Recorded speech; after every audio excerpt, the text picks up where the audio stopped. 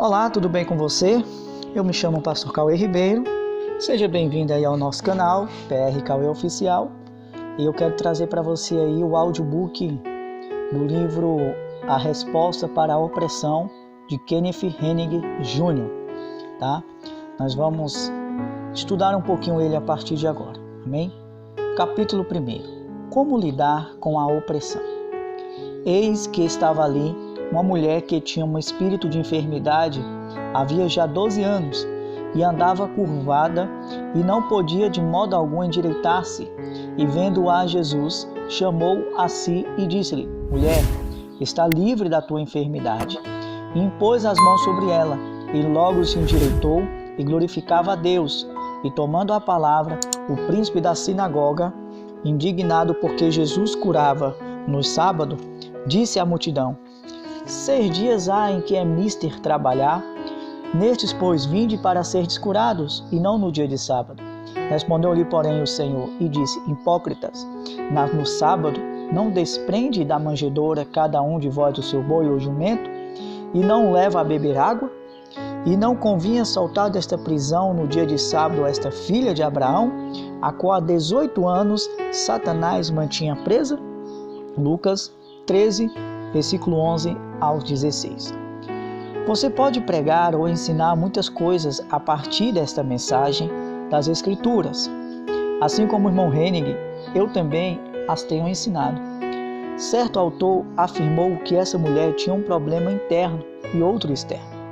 A Bíblia diz que estava sobre ela um espírito de enfermidade, pois aquela senhora andava curvada, o que indica que havia uma condição de paralisia envolvida. Enfermidade significa fraqueza e também pode conotar algo que foi estremecido ou sofreu um abalo. Muitas pessoas são assim, estão abaladas, caminhando com um problema interno. A alma de cada uma delas foi estremecida. Elas dizem: eu não posso, irei fracassar, não tenho jeito, devo desistir, não suporto encarar pessoas alguma, não consigo enfrentar qualquer situação por causa da confusão que criei. Isso dá ao inimigo a oportunidade não somente de afligir essas pessoas em suas mentes e emoções, como também externamente na parte física. A palavra de Deus nos ensina que somos espírito, alma e corpo. 1 Tessalonicenses 5, 23. Sabemos também que, quando a alma, a mente ou as emoções estão deprimidas, há um reflexo no corpo. Quando uma pessoa que está abatida espiritual e mentalmente encontra-se fraca em sua alma, pensando que é derrotada, há um reflexo em sua fisionomia e na maneira como realiza suas tarefas. Tudo isso tende, geralmente, a levá-la de um fracasso a outro. O diabo está sempre tentando condenar-nos, mas ele não pode culpar os que são realmente cristãos, porque não tem autoridade para isso, conforme nos declara a palavra em Romanos 8:1. Romanos 8:1 diz: Portanto, agora nenhuma condenação há para os que estão em Cristo Jesus. O diabo pode acusar, ele sussurra insinuações e pequenos comentários imorais que, se ouvirmos, transformam-se em medos. Porém, quem dá ouvidos a um burro zurrando ou a um sopro do vento? Quem dá atenção às afirmações esquisitas? Pessoas alguma, é claro. Então, por que você está dando importância ao inimigo? Ele não tem qualquer valor. Deixe-o fazer de todas as acusações que quiser. Afinal, o que ele pode fazer? Coisa alguma. Se não formos cuidadosos, quando o maligno começar a nos apontar seu dedo, permitiremos que suas palavras nos afetem. Começaremos a sentir-nos deprimidos e então iremos tornar-nos alvo para que ele venha e nos atormente. Irei mostrar-lhe como isso funciona na prática.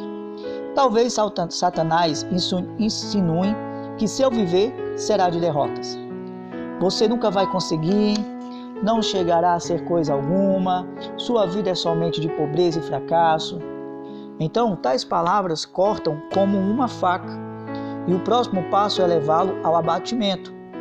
você não terá sucesso. Pode ser também que ele o ataque com uma doença. Então ele dirá: o que o faz pensar que o Senhor vai curá-lo? Você é um tremendo fracassado e está arruinado. O que o leva a crer que poderia até mesmo pedir ao Pai Celestial para fazer algo por sua vida? Quando os filhos de Deus começam a dar ouvidos a esse tipo de lixo, eles não recebem do Criador o que precisam. A mulher com o espírito de enfermidade andava curvada havia 12 anos. O diabo tinha lhe dito: está certo, você é uma filha de Abraão e pertence a um grupo especial, mas não pode ser curada. Você não tem poder para conseguir coisa alguma. No entanto, ao sará-la, Jesus desafiou Satanás até mesmo em um dia de sábado. Como você percebe, o maligno vem até nós, mas não nos pode possuir. Ele é capaz de nos oprimir. E isso é exatamente o que estou abordando aqui. Mas não pode cruzar a linha do sangue de Jesus, porque nós estamos revestidos em nossas vidas. A maneira pela qual ele nos oprime é colocando-nos sintomas. Ele pode subir em nossos ombros e começar a falar em nossos ouvidos, mas nós temos a resposta para a opressão. Atos 10:38 diz: como Deus ungiu a Jesus de Nazaré com o Espírito Santo e com virtude, o qual andou fazendo bem e curando todos os oprimidos do diabo, porque Deus era com ele.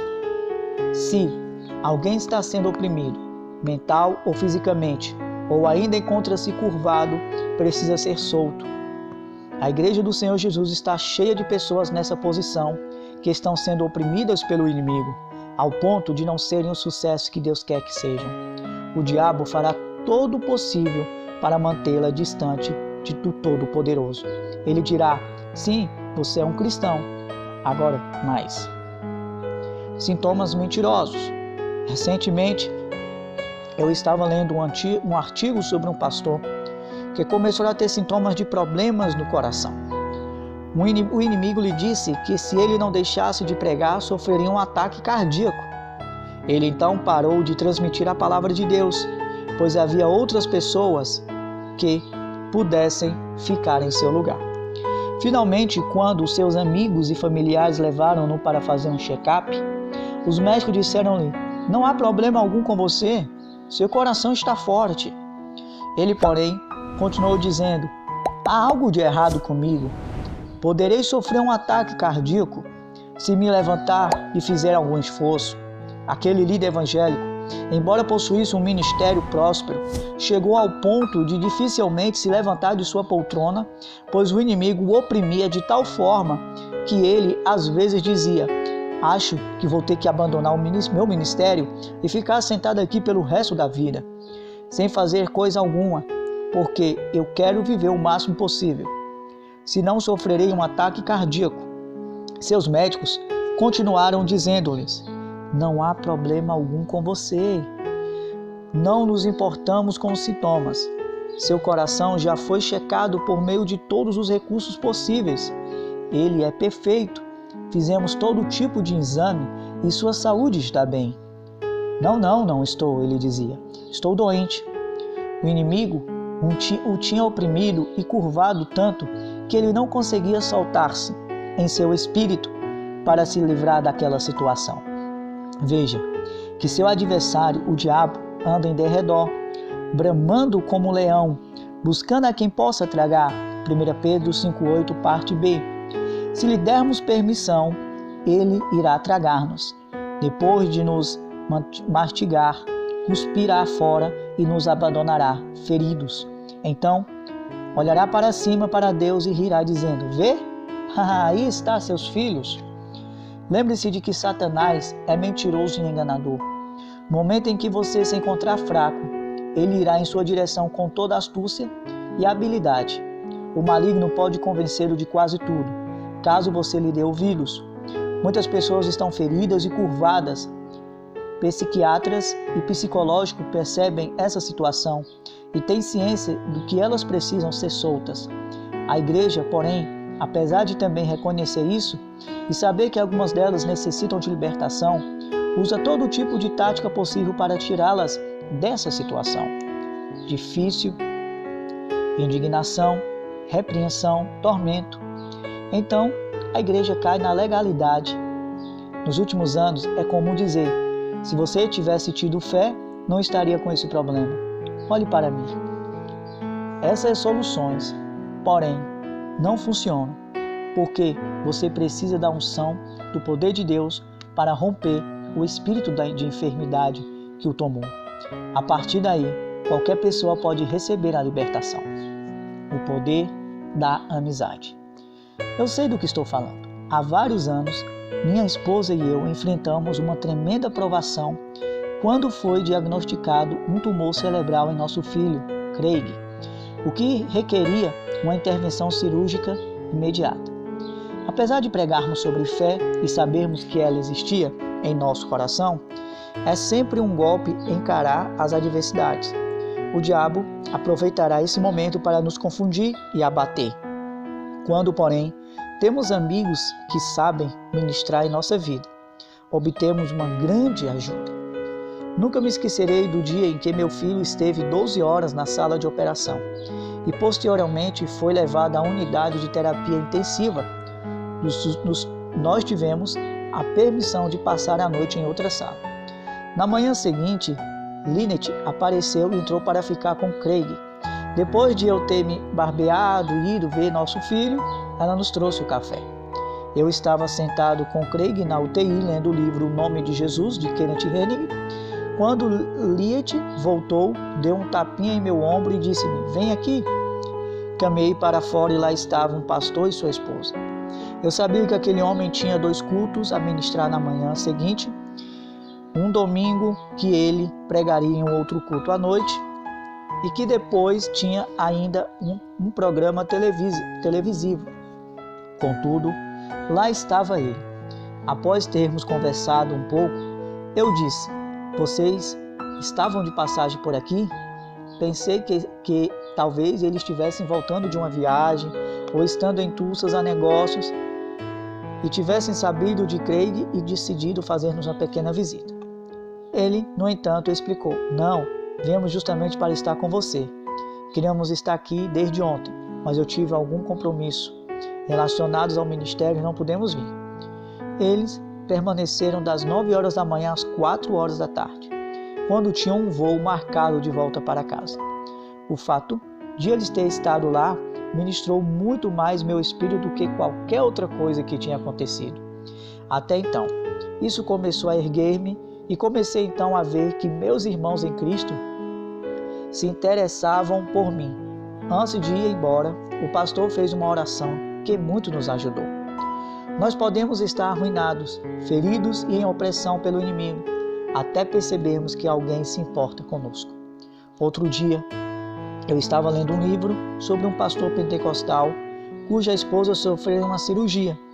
Ele andava pela sala de espera, perto do centro cirúrgico, quando sentiu um braço ao redor de seus ombros.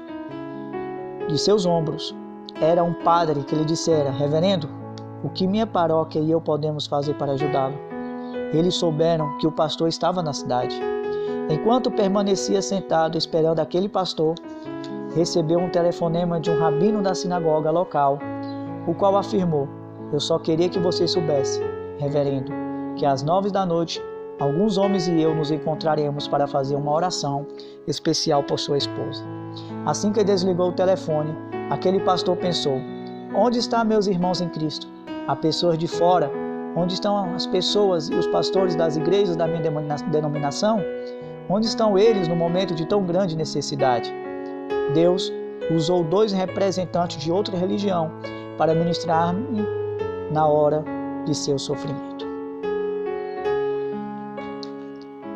Continuamos, capítulo 2. Capítulo 2, ministrando com amor. Precisamos perceber que o fato de alguém ocupar uma posição de destaque não significa que ele possa conduzir bem sua carreira. Quando é atingido por um espírito de enfermidade ou encontra-se abatido, pois o inimigo está devastando sua mente e seu corpo. É nesse momento que ele necessita de uma pessoa para ministrá-lo. Ele não precisa de alguém que lhe repita o que a Bíblia diz. Ele já sabe disso. Precisa de uma pessoa que possa ministrá-lo, não pelo conteúdo das Escrituras, mas pelo amor à palavra de Deus. O que acredito está faltando nesse renascimento da palavra, nos movimentos carismáticos, é o amor de Deus. Temos sido tão duros com o nosso conhecimento bíblico que deixamos de lado o amor do Pai. Quero, porém, relembrá-lo de que a palavra e a fé não funcionam se não tivermos o amor ou compaixão, se preferir. Para saber mais sobre esse assunto, leia o livro intitulado Faith Worked by Love. Você precisa perceber que, embora muitos estejam sentados ao seu redor, cantando e talvez louvando ao Senhor, não se pode saber exatamente a situação deles, nem o que o inimigo está tramando na mente de cada uma dessas pessoas. Aquele que está sentado ao seu lado pode se encontrar ferido, e pessoa alguma sabe disso. O fato de você dar-lhe uns tapinhas no ombro e dizer-lhe, nós o amamos em Jesus, poderá transmitir ao coração daquele indivíduo muito mais do que você imagina. Temos de ministrar com amor, não somente com o conteúdo da lei. Não precisamos apenas pregar. Isso é o que a Bíblia diz. Apodere-se dela, assim você não terá esses problemas. Quando compreendemos isso, recebemos grandes recompensas, à medida que ministramos a palavra às pessoas com amor, alcançando com amor. O amor tem ganhado mais pessoas para Deus e ministrado a palavra mais do que todas as pregações juntas. Você pode falar sobre fé e citar as Escrituras até que esteja sem fôlego, mas quando coloca a mão no bolso, retira um pouco de dinheiro e oferece a um homem que está arruinado, essa atitude ajuda-o muito, mais do que qualquer coisa que alguém pode dizer-lhe. Não estou falando a respeito de chegar aos extremos e estabelecer um programa de previdência social em cada igreja, mas refiro-me a ministrar com um coração cheio de amor. Quero dizer sobre estender as mãos cheias desse sentimento genuíno aos necessitados. Gálatas 6:10 diz, então, enquanto temos tempo, façamos o bem a todos, mas principalmente aos domésticos da fé. O texto refere-se àqueles que nasceram de novo. Muitas vezes, quando estou caminhando por um campo ou por outros locais, vejo o necessitado. Se chego a saber que é um estudante e está com uma necessidade financeira, não faço uma oração. Entrego-lhes uma oferta ou tiro do meu próprio bolso algum dinheiro. Aperto sua mão e vou embora. Então, não preciso sair contando o que fiz. Essa é a maneira pela qual podemos levar o amor àquele que dele necessita. Eu não vou a ele. Dou-lhe um abraço e digo, tenha fé e saiba que Deus suprirá as suas necessidades. Estamos orando por você, irmão. Precisamos agir. Há muitas pessoas saindo por aí contando a todos o que eles podem conseguir se crerem no Altíssimo. Assim, acumulam tudo de uma maneira egoísta, deixando os demais do lado de fora. Isso não é ministrar. Fixando prioridades. Então, não me importo com o preço pelo qual alguém crê em Deus, tampouco quantas casas, terras, carros e bens ele possua. Isso não faz a mínima diferença. Apenas quero saber se ele tem ministrado com amor. Quero dizer-lhe que, se você se encontrar com um grupo de médicos e radiologista, olhá-lo e dizer que seu filho tem um tumor cerebral, você descobrirá que casas, terras, dinheiro, carros e todos os outros bens não significam absolutamente coisa alguma. Eu teria dado tudo no mesmo momento para que Craig ficasse logo livre do tumor, o qual era benigno e provavelmente algo congênito que estava lá por vários anos. Os bens não têm a menor significância. Nós, seguidores da palavra, envolvemos-nos muito com essas coisas, acreditando em Deus por isso, aquilo e algo mais.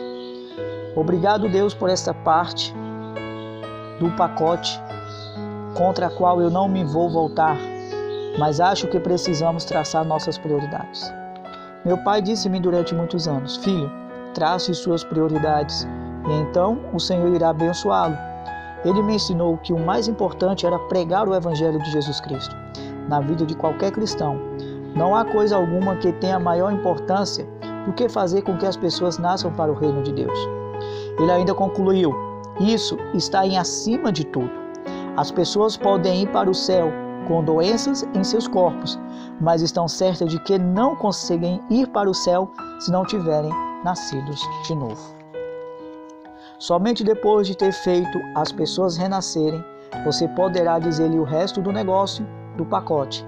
É um pacote que você tem de ter aberto, nascido de novo, antes de poder pregar as delícias que ele contém. Continuamos o estudo do livro A Resposta para a Oração de Kenneth Hagin Jr., capítulo 3, Libertando os Cativos. Há um mundo cheio de pessoas feridas e elas não estão todas do lado de fora da igreja. Muitas estão exatamente dentro dela e precisam de ajuda. Necessitam ser libertas e o poder de Deus está disponível para libertá-las. Alguns de vocês que são um pouco mais velhos podem lembrar-se de um homem chamado Stan Musial. Stan, um homem Musial, foi uma das grandes estrelas do time de beisebol do St. Louis Cardinals. Sua estátua fica em frente ao Estádio Cardinal no centro de St. Louis. No ano em que estava tendo sua maior temporada, Musial liderava a Liga Nacional em praticamente todas as categorias.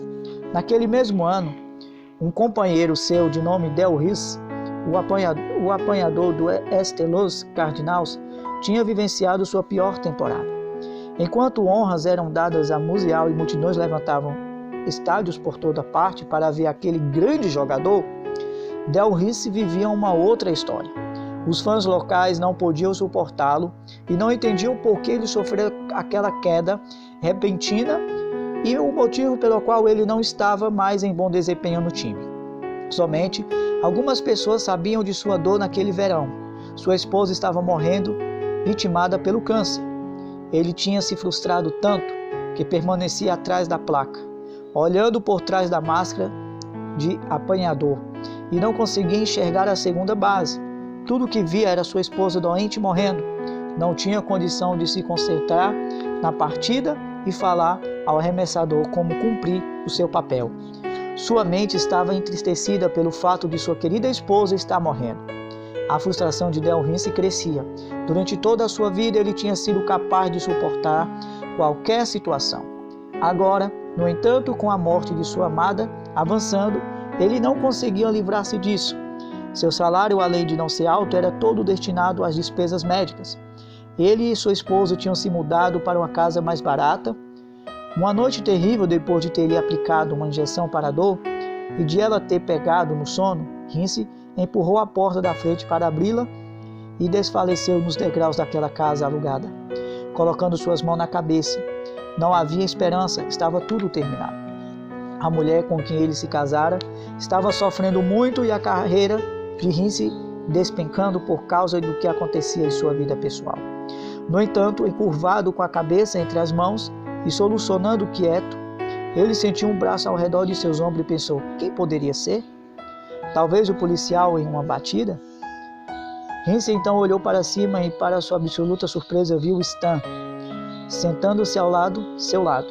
Musial, o que você está fazendo aqui? Exclamou.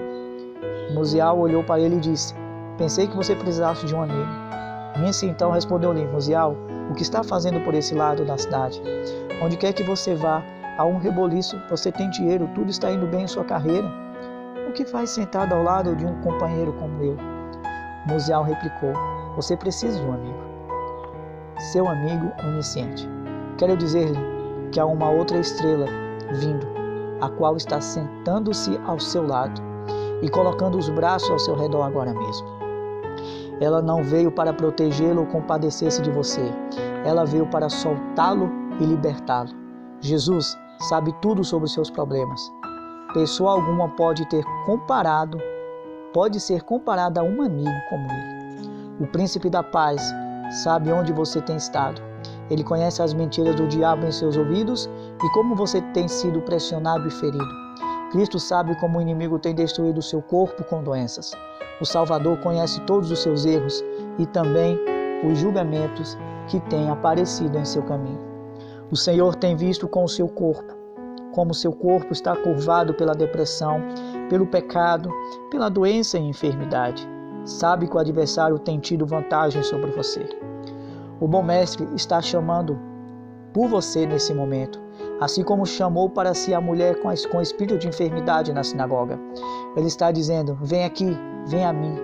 Jesus brada a todo e qualquer inimigo, ser do inferno, demônio das profundezas e ao próprio diabo, o grande adversário.